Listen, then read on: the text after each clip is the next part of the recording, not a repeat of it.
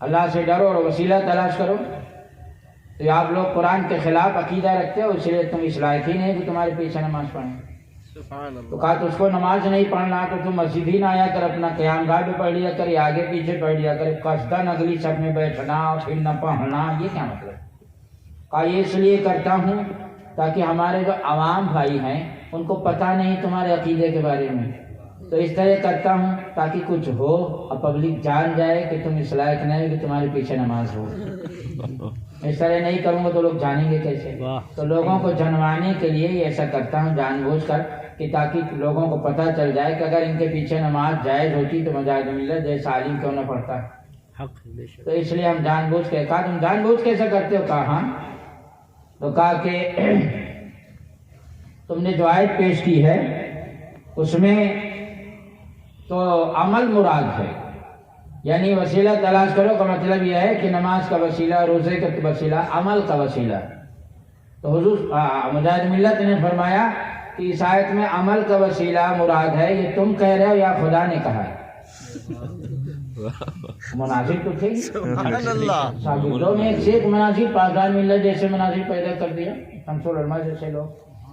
کہا یہ قرآن میں ہے یا تم اپنی طرف سے کہہ رہے ہو؟